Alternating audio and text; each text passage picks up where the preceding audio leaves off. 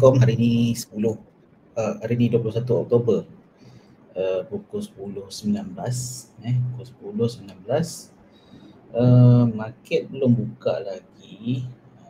Sekejap okey, market belum buka lagi dan untuk fokus jangkaan dia 21 Oktober ada satu reversal. 1 Oktober ada reversal, mungkin hari ni ada sikit kenaikan based on soybean oil yang kita tengok daripada Jumaat hari tu, Friday 17 tu last FCPO open kan, lepas tu 20 cuti 18-19 weekend, so semalam market soybean buka tapi CPO tutup. So dia ada kenaikan dalam 85 ticks 85 ticks 80 lah 84. So kalau FCPO mungkin open nanti dia naik dalam 42 lah, 42 ticks ke atas. 42 tambah 4513 close hari tu, 4513 tambah 42 dalam 4555 lah, 4555 dekat area sini lah. Okey, area sini. So jika dia ada kenaikan jangkaan dia boleh naik sampai 4640 lah. Kalau dia naik lah, kalau dia gap down naik. Tapi kat sini kita ada candle merah, warna merah masa hari Jumaat hari tu. So ada juga kemungkinan FCPO dia akan ignore je soybean oil punya movement. So dia akan ikut kepala dia sendiri, dia akan turun. Okay, so tugas kita adalah merancang.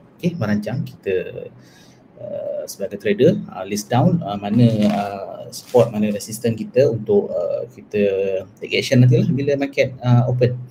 Right, so kalau ada kenaikan dia naik sampai 4640 ataupun dia sampai sini saja 4612 ni, 4640 4640 dekat sini, area sini dia ada satu line cardinal cross square of 9 kat sini, ada memberikan resistance 4630 area sini lah. So jika ada kenaikan dia akan naik sampai sini lah. Bila dia naik sampai sini 4640 ni, kalau dia lajak pun mungkin sampai 4680 lah kalau dia kuat sangat lah. So bila ada kenaikan kat sini, kat mana kita nak buy? Okay, kat mana kita nak buy? Kalau dia ada naik dan pullback, kita boleh buy kat sini 418 ni. Okay, kat sini kalau dia naik atas lagi kita boleh buy kat sini. Ada pullback buy. Okay, bila dia stop, mungkin dia naik sampai sini dia akan turun balik lah. Kalau dia turun balik, inilah kita punya level untuk sell. Ini adalah kita punya resistance become support lah. Resistance become support. Right. So itu yang pertama. Yang kedua, kemungkinan dia akan follow last high ni. Last high ni dia jadi double top lah. Kalau dia jadi double top, mungkin kita boleh buy kat sini pun intraday kejap je. Okay, sebab dia punya jarak ni, jarak antara untuk buy ni dalam 33 tick saja. So dalam 33 tick kalau kita buy kat sini, buy on pullback. Kalau buy breakout mungkin tak sempat, dia akan sikit je lah kita boleh ambil buy on pullback. Lepas tu kalau kita target pun dalam 20-25 macam tu lah, paling tinggi, sebab 33 tick saja dia punya ukuran tu, dalam 15 pun should be okay. So kalau dia naik sampai sini, saya prefer tunggu dia turun balik bawah ni. Dia turun balik bawah dia punya resistance ni ataupun support become resistant.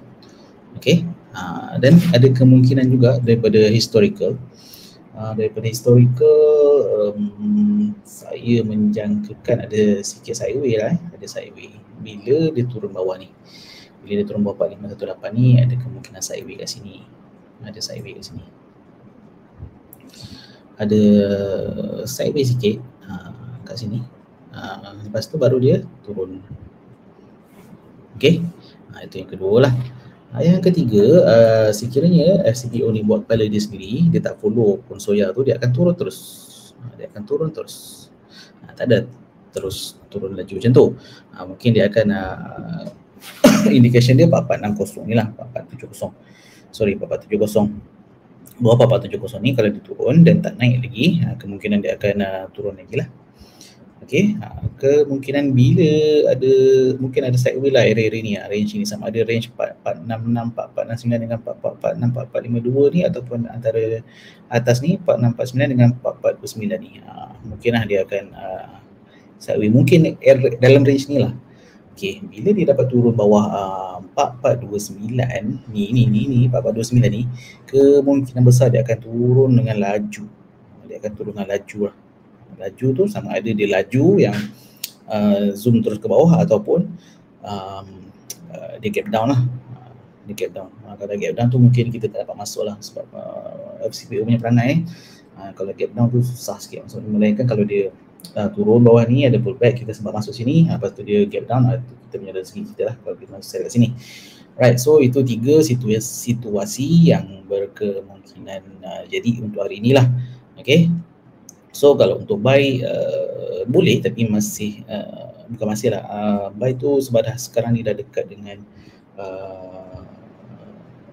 forecast dah dekat dengan due date dia. Okay, so mungkin buy dah kena ready untuk sell lah. Kalau buy pun intraday saja. Okay, itu saya punya jangkaan lah. Itu saya punya jangkaan dan saya punya perancangan untuk hari ini sebelum market buka. Right, so Assalamualaikum, terima kasih kerana menonton.